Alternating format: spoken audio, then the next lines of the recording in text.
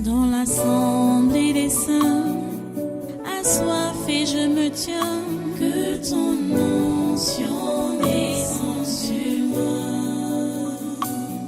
Conscient que mon destin est dans le creux de ta main, que ton onction descende sur moi. Je suis disposé, assoiffé, que ton onction descende sur moi. Je suis disposé, assoiffé,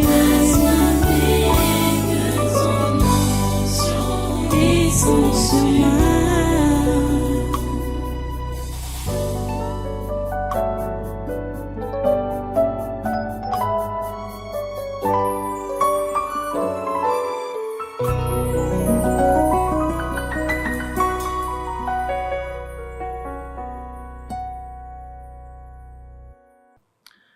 Alléluia. Voilà, vous restez debout et vous prenez votre Bible. Prenez votre Bible. On va repartir dans notre texte de Matthieu, Matthieu 9. Là, on avait commencé à parler du cœur d'amour qui est un cœur de miséricorde. La réplique de Jésus aux pharisiens. Matthieu chapitre 9. Verset 13, où il leur dit, « Allez et apprenez ce que signifie « Je prends plaisir à la miséricorde et non au sacrifice, car je ne suis pas venu appeler des justes, mais des pécheurs. » Prions le Seigneur. Dieu trois saint, nous bénissons ton nom pour ta présence et surtout ta parole que tu nous donnes en ce temps, en cet instant. Nous prions que tu puisses vraiment la bénir et bénir tous ceux-là qui sont ici présents et permettre que ta parole puisse trouver de la place en nous et puisse agir dans nos comportements. Ô Dieu, nous te cédons toute la place. Prends toute la place, prends tout le contrôle. Merci Père Saint d'accomplir ta volonté. Que ta volonté soit faite dans nos vies comme au ciel. Au nom puissant de Jésus, nous avons prié. Amen, amen. Voilà, prenez place en sainte présence et soyez tous les bienvenus à ce coquin surnaturel de ce 29 décembre 2024. Nous continuons donc à enseigner sur ce thème, un cœur d'amour est un cœur de miséricorde. Donc, un cœur de pitié, un cœur de pardon. Et nous voyons l'exemple d'un homme dans la Bible, l'exemple de l'ami de Dieu, un homme selon le cœur de Dieu, le roi David. Il n'a pas commencé à avoir ce cœur-là quand il est devenu roi. Il a été choisi comme roi parce qu'il avait ce cœur-là. Il avait un cœur de miséricorde. Il avait un cœur de miséricorde, un cœur d'amour. C'est pour cela qu'il a été choisi comme roi. Parce qu'il avait un cœur d'amour, donc un cœur de miséricorde. Dieu avait dit à Samuel, dans Samuel, au chapitre 13, 1 Samuel chapitre 13, revoyons le passage là où Dieu parle à Samuel à propos de David. Allons-y. 1 Samuel chapitre 13 et verset 14, où Dieu dit donc, et maintenant Dieu dit à Saül, bien sûr, pour lui annoncer la fin de son règne et le nouveau choix qu'il a eu à faire. Et maintenant ton règne ne durera point. L'Éternel s'est choisi un homme selon son cœur. Et l'Éternel l'a destiné à être le chef de son peuple parce que tu n'as pas observé ce que l'Éternel t'avait commandé.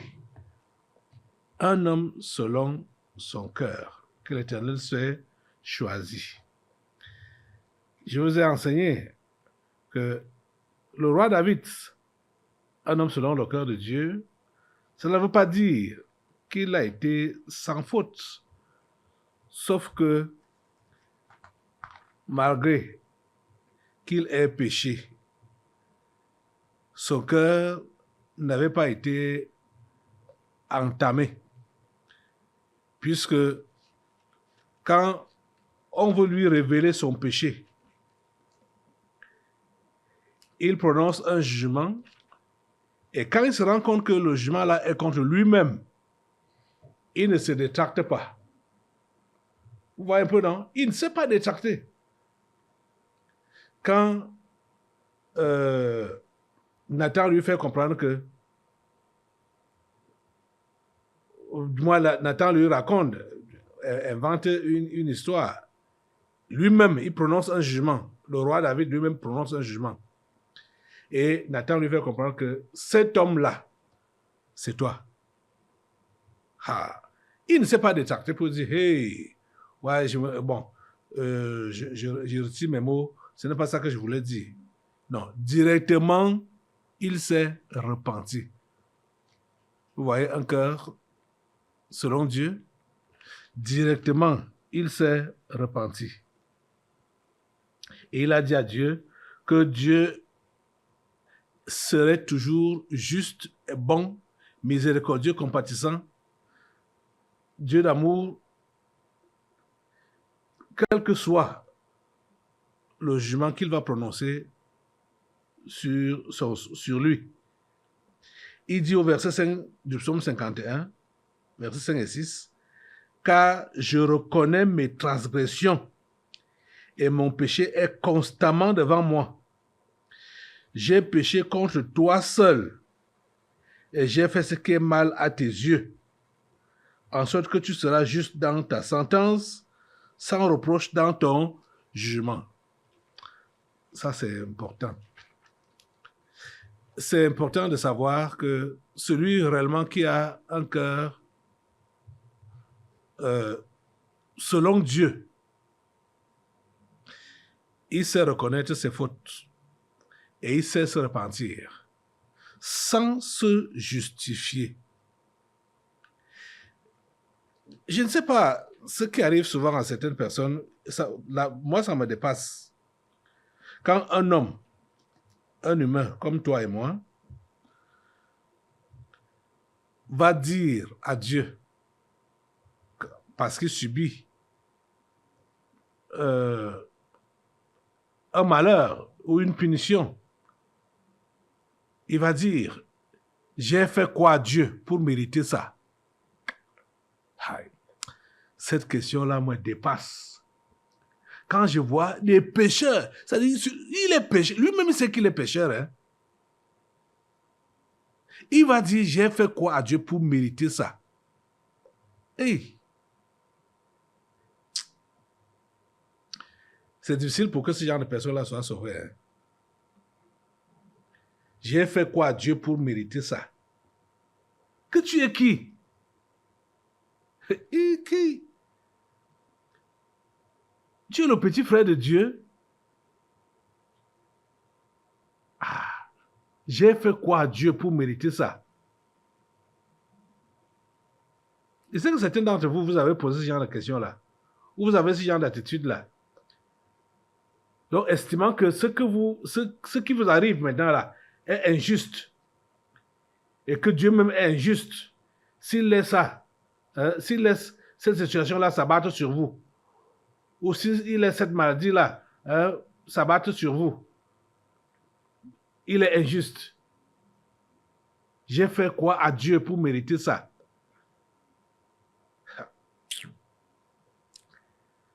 Oh. David lui dit, je reconnais mes transgressions et mon péché est constamment devant moi. j'ai péché contre toi seul et j'ai fait ce qui est mal à tes yeux, en sorte que tu seras juste dans ta sentence. Tu seras juste dans ta sentence, sans reproche dans ton jugement. Pourquoi as-tu souvent considéré Dieu comme injuste? Pour des choses qui t'arrivent et dont tu es même coupable, il y a des conséquences qui viennent et tu commences à accuser Dieu. Tu vois que c'est Dieu qui est injuste. Pourquoi tu fais ça? Pourquoi tu fais ça? Pourquoi est-ce que tu vas penser que c'est toi qui es juste et que c'est Dieu qui est injuste? Pourquoi est-ce que tu vas penser que c'est toi qui es bon et c'est Dieu qui est mauvais? Et c'est tout le reste qui est mauvais. Aïe. Vous êtes en train de voir que être un homme selon le cœur de Dieu, c'est au tri, Ils sont peu nombreux. Ceux-là qui sont des hommes selon le cœur de Dieu. Quand on dit les hommes, c'est hommes et femmes, selon le cœur de Dieu. David dit, j'ai péché contre toi seul et j'ai fait ce qui est mal à tes yeux, en sorte que tu seras juste dans ta sentence, sans reproche dans ton jugement. Les amis, vous devez le savoir, Dieu est sans reproche quand il prononce un jugement contre qui que ce soit. Et là, c'était contre un homme même qui était selon son cœur. Et cet homme-là reconnaît que tout jugement que Dieu pourra prononcer contre sa vie, ce sera sans reproche. Et toute sentence qu'il pourra prononcer, c'est dans la justice qu'il prononce cette sentence-là. Donc, regardez donc, la plupart parmi vous, je sais que certains sont là, ici, à l'église maintenant, là, à cause des conséquences de leur péché. Et ils ne sont pas prêts à reconnaître leur péché comme David reconnaît ici, là. Et si même certains sont restés avec ces conséquences-là sur leur vie, soit des maladies non guéries, soit des problèmes non résolus, c'est juste parce que ils sont toujours en train de réclamer leur innocence. Pourtant, dans le péché, ils réclament leur innocence. Ils disent que c'est Dieu qui n'est pas juste, c'est Dieu qui n'est pas bon. C'est Dieu qui exagère. C'est comme ça qu'ils estiment. Pourquoi? Parce qu'ils se plaignent. J'ai fait quoi, Dieu, pour mériter ça? Être un homme selon le cœur de Dieu, il faut reconnaître Dieu. Il faut reconnaître que Dieu est juste dans tout ce qu'il fait. Dieu est juste dans tout ce qu'il fait. Vous savez, pour ceux-là même qui peuvent s'appuyer sur des sacrifices qu'ils feraient ou qu'ils ont dû faire pour Dieu, je ne sais même pas ce qu'on peut dire qu'on offre à Dieu. Je ne sais pas ce qu'on peut dire qu'on offre à Dieu, ce qu'on dit qu'on peut faire même pour Dieu. Qu'est-ce que l'homme a? Qu'est-ce que tu as que tu n'as reçu?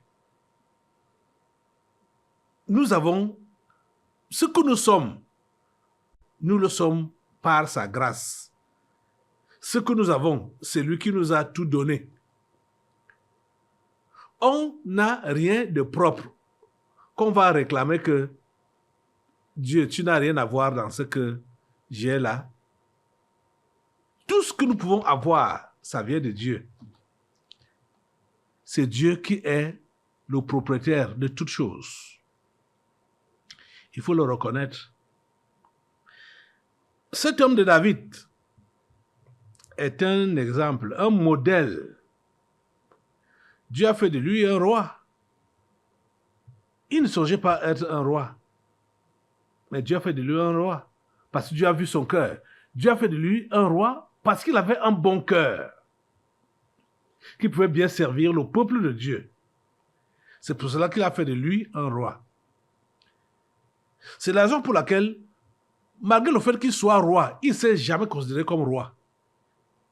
Il se voyait toujours comme un instrument entre les mains de Dieu, qui n'est rien. Juste un instrument. C'est comme ça que David se considérait. Parce que vous allez voir que, malgré le fait qu'il soit déjà roi, il se voyait toujours pauvre. La pauvreté dont David parlait, ce n'est pas la pauvreté matérielle. Il ne se voyait pas pauvre matériellement. C'est-à-dire, c'est son état. Il voit son état spirituel qu'il dépend absolument de Dieu en tout et qu'il ne peut rien sans Dieu. Donc, il n'a rien. Un pauvre, c'est qui? C'est un démuni. Oui, c'est un démuni. Donc, il se voit démuni, qui n'a rien. Et si Dieu n'intervient pas, il va périr comme n'importe qui. Il va périr. Il le savait. C'est pour cela que il n'a jamais gonflé les épaules. Non. Ce qu'on appelle orgueil, cela n'est jamais passé dans sa tête. Devenir orgueilleux. Cela n'est jamais passé dans sa tête.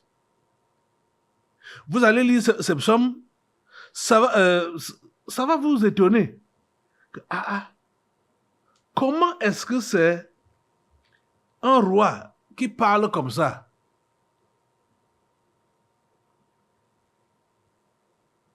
Il a toujours eu l'habitude de supplier, de quémander.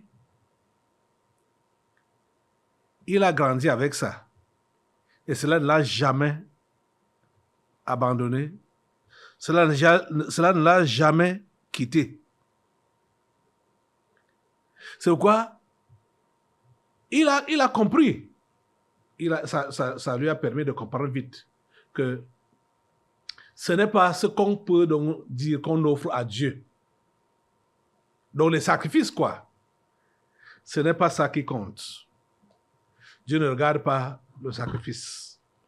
Dieu regarde le cœur. Tu comprends? Dieu ne regarde pas le sacrifice, il regarde le cœur.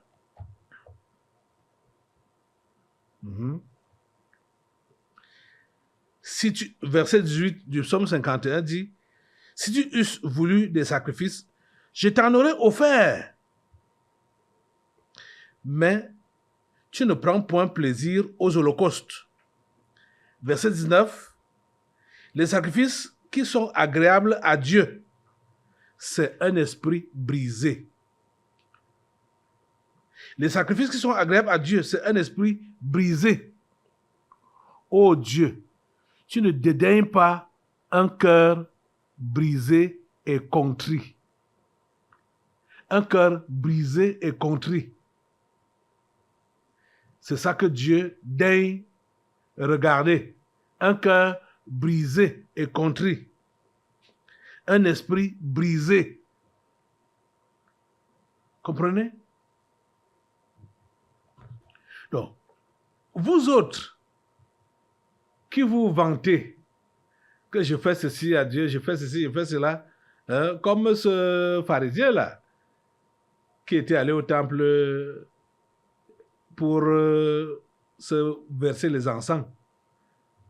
Combien de fois il jeûne, combien de fois il donne ses dîmes, ses offrandes et tout ça là, et que lui n'est pas comme ce publicain, parce que ils étaient deux au temple en train de prier. Le publicain n'arrivait pas même à soulever la tête. Il cognait sa tête au sol pour dire, Dieu, aie pitié de moi, je suis un pécheur. Parce que lui, c'était un pécheur bien reconnu. Il estorquait l'argent aux gens. Et il allait au temple pour se repentir. Mais le pharisien, l'hypocrite, était là au temple les mains levées pour dire, oh Dieu, je t'ai béni. Parce que je ne suis pas comme le reste des hommes. Je jeûne 2 fois, je fais ceci. Il a commencé à citer ce qu'il est en train de faire. Jésus, quand il a raconté cette histoire, il a dit que le pharisien là, il est rentré à la maison avec ses péchés. Et le publicain est rentré étant justifié. Pas parce qu'il s'est justifié lui-même, mais parce qu'il a reconnu ses bêtises, ses péchés. Et il s'en est repenti. Il est rentré étant lavé. C'est le genre de cœur-là que Dieu aime. Le cœur contrit. Le cœur brisé. Le cœur contrit. Un esprit brisé. Parce que cœur et esprit, c'est la même chose. Vous comprenez? Un homme, selon le cœur de Dieu, c'est un homme qui a un cœur d'amour. Un homme qui sait se repentir, qui sait s'humilier, qui sait reconnaître ses fautes, qui sait reconnaître ses transgressions, ses erreurs, et qui est prêt à aller confesser à Dieu sans détour. À Dieu. Ah, c'est Dieu qui connaît le cœur, hein? Quand on dit aux gens de confesser, bon, parler aux hommes, tu peux parler, habiller tes paroles, hein, mais, ou même parler sans bien t'exprimer, tu ne sais pas t'exprimer, et tout ça. Ce n'est pas les expressions que Dieu regarde. Quand on dit qu'on parle à Dieu, ce n'est pas les expressions que Dieu regarde. Ce n'est pas les expressions que Dieu considère. Dieu considère la position du cœur. Dans les oreilles des hommes, ça peut paraître très éloquent, très bien, parler très bien dit. Les mots sont bien placés. Mais Dieu, lui, regarde d'où ça sort, ces mots-là. Le cœur. Le cœur. Ce cœur-là doit être bien soigné. Ton cœur doit être bien soigné. Tu comprends? Les amis, les apparences nous trompent beaucoup, hein? Je vous ai dit, et on a vu ça, que même le prophète Samuel a failli être trompé par les apparences. Quand il a vu le grand frère de David, il a dit, oh, certainement c'est lui. Parce qu'il avait vu comment il était grand de taille, il était bien, hein, au niveau de sa taille, au niveau de comment il était bâti et tout ça. Au verset 7 de 1 Samuel 16, on nous dit que lorsqu'ils entrèrent, les frères de David,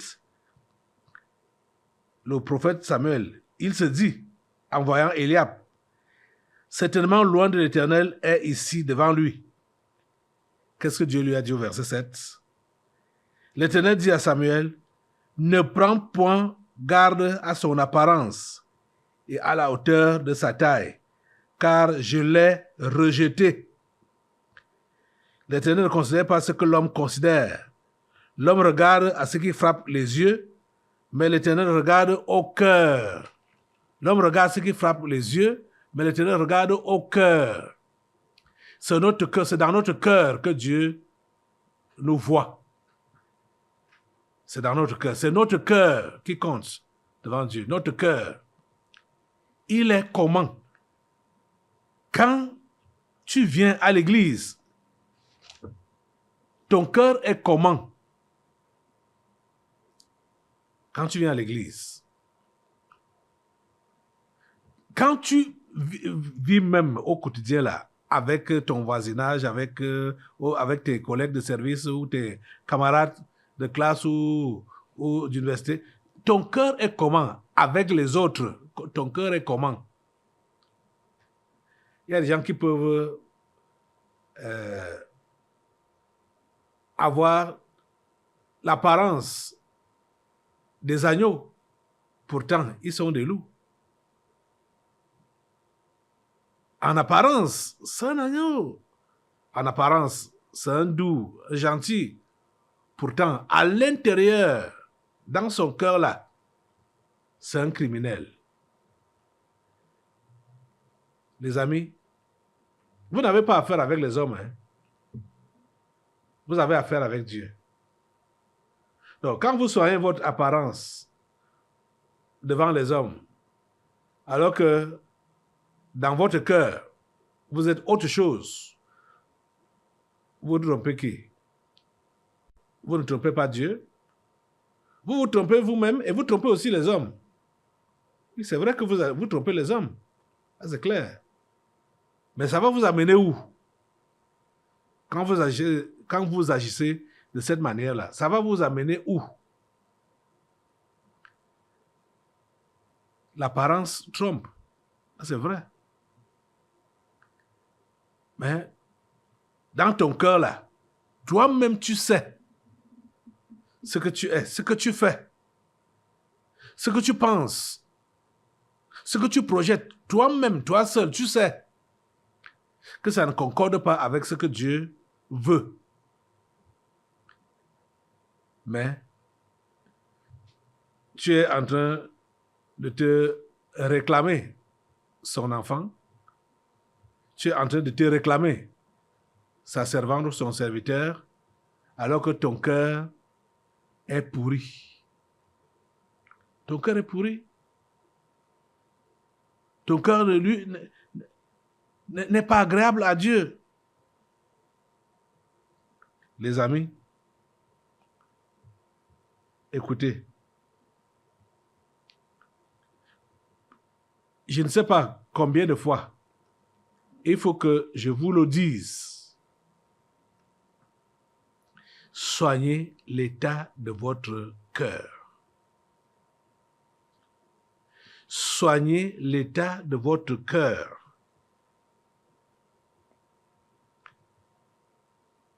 C'est là que Dieu regarde. C'est dans le cœur que vient habiter le Saint-Esprit de Dieu. Hein?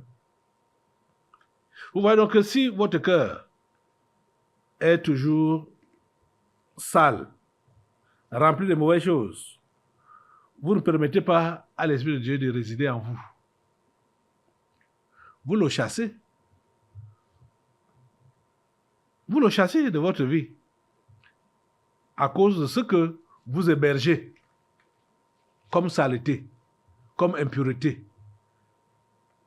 Vous chassez le Saint-Esprit. Donc, c'est pourquoi certains ont cru dans le passé. Ils ont cru il y a des semaines, il y a des mois, il y a même des années. Parce que quand on croit, l'Esprit Saint de Dieu vient habiter dans notre cœur. Mais l'Esprit Saint de Dieu est quitté depuis. Pourquoi? Parce que le cœur a gardé des impuretés ou a encore accepté des impuretés. L'Esprit Saint est parti. Et on va continuer à faire la religion. Oui. Puisque on a été habitué à prier, on va continuer à prier, à lire la Bible, à venir à l'église, alors que l'Esprit Saint n'est plus là, dans notre cœur. Il ne peut pas rester dans les saletés. Il faut le comprendre. L'Esprit Saint ne reste pas dans la saleté. Il faut que vous le compreniez. David a compris ça. Parce que tout ce que je vous dis là, C'est des choses que David a exprimées pendant sa repentance dans le psaume 51 qu'on voit depuis là. Quand il dit, verset 12 du psaume 51, « Ô Dieu, crée en moi un cœur pur, renouvelle en moi un esprit bien disposé. » Verset 13, « Ne me rejette pas loin de ta face, ne me retire pas ton Esprit Saint. » Vous avez compris? Ne me retire pas ton Esprit Saint. David comprenait que s'il ne se repentait pas et qu'il continuait à maintenir ce péché dans sa vie, c'était l'adultère et le meurtre, l'Esprit Saint de Dieu Dieu devait retirer son esprit. C'est ça que je vous dis que vous pouvez vous repentir, devez devenir enfant de Dieu en vrai. Mais quand vous allez entretenir la saleté, les saletés, dans votre cœur, c'est dans votre cœur. Vous continuez à entretenir la saleté dans votre cœur, l'Esprit de Dieu va se retirer de vous. C'est ça que David dit ici. Renouvelle en moi un esprit bien disposé. Ne me rejette pas loin de ta face, ne me retire pas ton Esprit Saint. Rends-moi la joie de ton salut et qu'un esprit de bonne volonté me soutienne. J'ai lu jusqu'au verset 14. Vous êtes en train de comprendre ça? C'est très important. Donc, ceux-là qui ne se repentent pas en vrai quand ils ont commis donc le péché, ou qui se justifient, ou qui camouflent, vous voyez qu'ils sont exposés de façon que Dieu va retirer son Esprit Saint. Et Dieu va les rejeter loin de sa face et retirer son Esprit Saint. Ils n'auront plus la joie du salut. Parce que David dit, rends-moi la joie de ton salut et qu'un esprit de bonne volonté me soutienne. La vraie repentance, vous vous rappelez, on avait vu ça en étudiant toujours ce psaume, le psaume 51, la repentance du roi David. Donc, vous devez prendre cela au sérieux, de soigner donc l'état de votre cœur. Et quand vous avez failli devant Dieu, vous repentir avec sincérité, avec vérité, dans votre cœur là. La décision doit être prise. Et quand vous allez exprimer, bon, ce n'est pas forcément les paroles que Dieu regarde. Dieu va regarder l'état de votre cœur, la position de votre cœur, s'il y a la sincérité ou pas. Vous voyez, si vous avez confessé votre péché, avec sincérité, bien évidemment, la joie du salut vous sera restaurée. Et un esprit de bonne volonté va vous soutenir. Ça, c'est clair. La joie du salut vous sera restaurée. Vous allez retrouver le sens, donc, de votre vie. Puisque normalement, quand on se convertit au Seigneur Jésus-Christ, on a retrouvé le sens de notre vie. C'est quand on est loin de lui qu'on est dans la confusion. On ne sait pas où on va, on ne sait pas ce qu'on fait. Et c'est là qu'on peut croire qu'on est juste, qu'on est saint, alors que on est égaré loin de lui. Les amis, soignez l'état de votre cœur. Appelez le secours de Dieu. Appelez son secours. Priez vraiment comme David, en lui demandant de faire pénétrer la sagesse au-dedans de vous. La sagesse, l'intelligence. Vous avez besoin de cela. Lève-toi sur tes deux pieds et demande à Dieu de te visiter aujourd'hui, de visiter ton cœur. Seigneur, visite mon cœur. Tu ris avec les gens. Est-ce que ce rire-là vient de ton cœur? Comment tu regardes les autres? Qu'est-ce que tu penses d'eux? Soigne l'état de ton cœur, s'il te plaît. Seigneur, s'il te plaît, guéris ce cœur. Demande à Dieu de guérir ton cœur. Demande à Dieu de guérir ton cœur. Au nom puissant de Jésus, Seigneur, guéris ce cœur. Seigneur, guéris ce cœur. S'il te plaît, ô Dieu, permets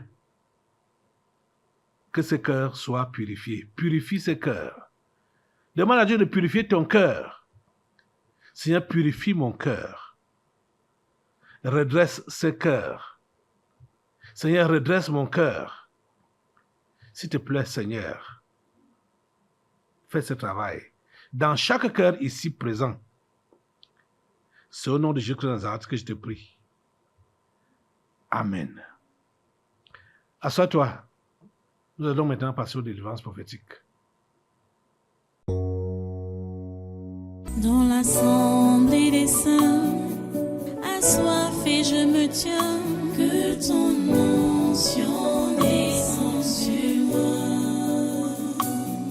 Conscient que mon destin est dans le